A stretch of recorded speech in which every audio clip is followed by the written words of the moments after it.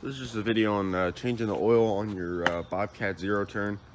This is my 52-inch Bobcat. We're at like 725 hours. So I'm changing it every 100 hours or so. So simple, you just, most of them I think come with this oil drain. The oil just flows straight out. So you have that there. You know, the oil filter there, and then you're just you check the oil valve right there. So this is just like a tune-up for the mower. Again, it's a number of hours, you know, 725.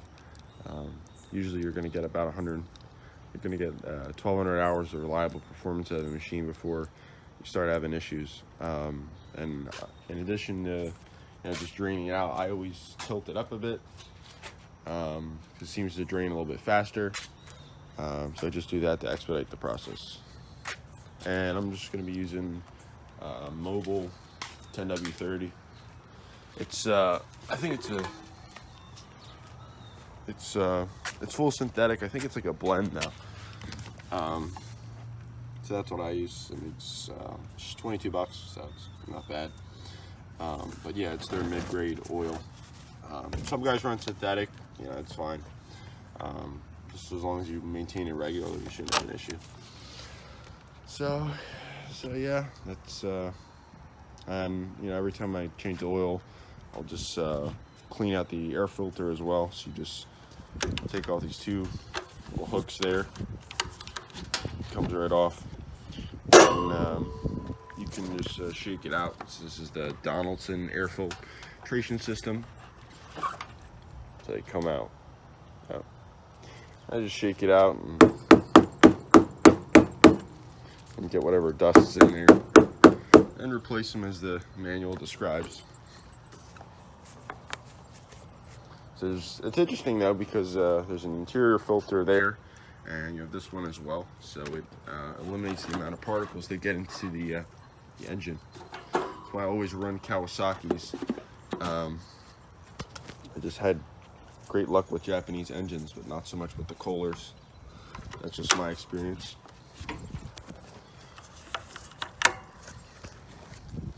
So yeah, I'm just gonna wait for that thing to drain. Always it's good to keep your engine running for a couple minutes to warm up the oil.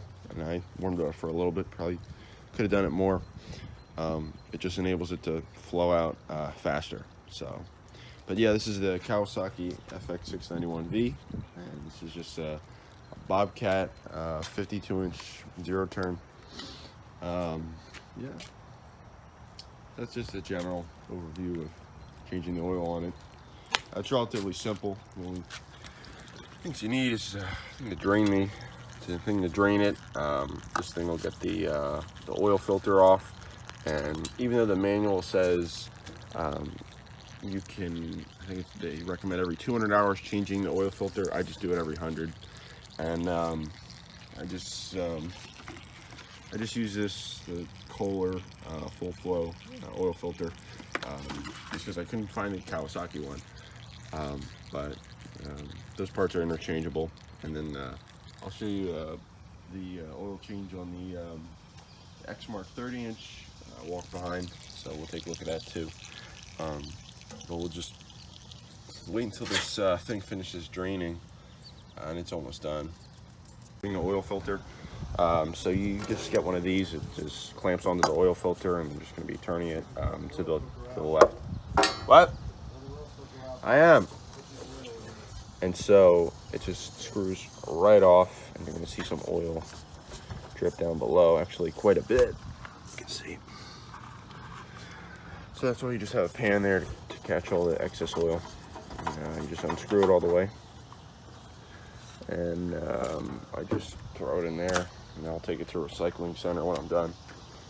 And you got to get like a cloth to clean up the oil that's spilled there too. But yeah, you just use this tool, and you can maneuver it to the side, and you just twist it right off. It comes off relatively easily. You don't have to tighten it that much, just one or two turns, and it's good. But yeah, you can see. I don't know if you can make it out with the camera, but yeah, a bunch of oil spilled in there, so I'll clean that up. And then the next step will be just put on the new filter, and then check your manual just to see what the oil capacity is. I think on the FX691V it's like 1.7 liters. So I'll just measure that out and just pour it in right through there, right through the cab right there, and then yeah, it'll be good to go. You just want to make sure this is closed and tight, otherwise the oil will leak out and you can ruin the engine. So you just want to make sure that's tight. The new filter is on, and then you can just pour it in there, and you should be good. And then in order to check the oil, I'll show you that too. So next time we come back, I'll have the oil filter on. This thing's all good to go, and I'll pour the oil in as well. Yep. There you go. So here we got the new filter.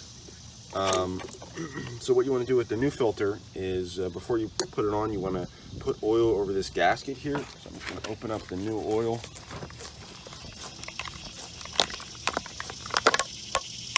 There we go. And I'm just going to put a little bit of oil right along the edge there. That's just to ensure a proper seal when you're putting the new one on. And so it just screws right on. So it's relatively simple. Some people say, you know, fill the oil filter. No, they want you to fill it with some oil, but I don't do that because it spills everywhere and it's really messy. So the easiest way is just put some over the gasket, you know, hand tighten it, and then you know, on the side of it, it says how much more tightening you have to do with the actual tool, and they just recommend one turn. So I'm gonna put this on here, and but you just want to make sure that it's properly tightened on there. Again, you want a good seal so that there's no oil leaking out. That'd be a big no-no. And I know on some of the newer engines, like even with those Harbor Freight ones, they have oil stop technology where if the oil gets too low, the engine will cut off, which is pretty intuitive. All the lower end engines that I ran when I was first doing landscaping, they were just crappy Briggs & Stratton engines, and the head gaskets all went. So we only run Kawasaki. We only run Kawasaki engines, and all the mowers are Bobcat and Exmark.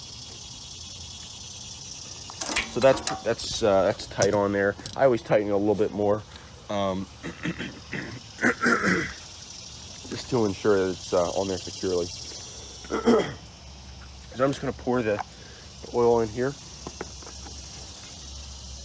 and then that'll be it. We'll be ready to go. So we are all good to go.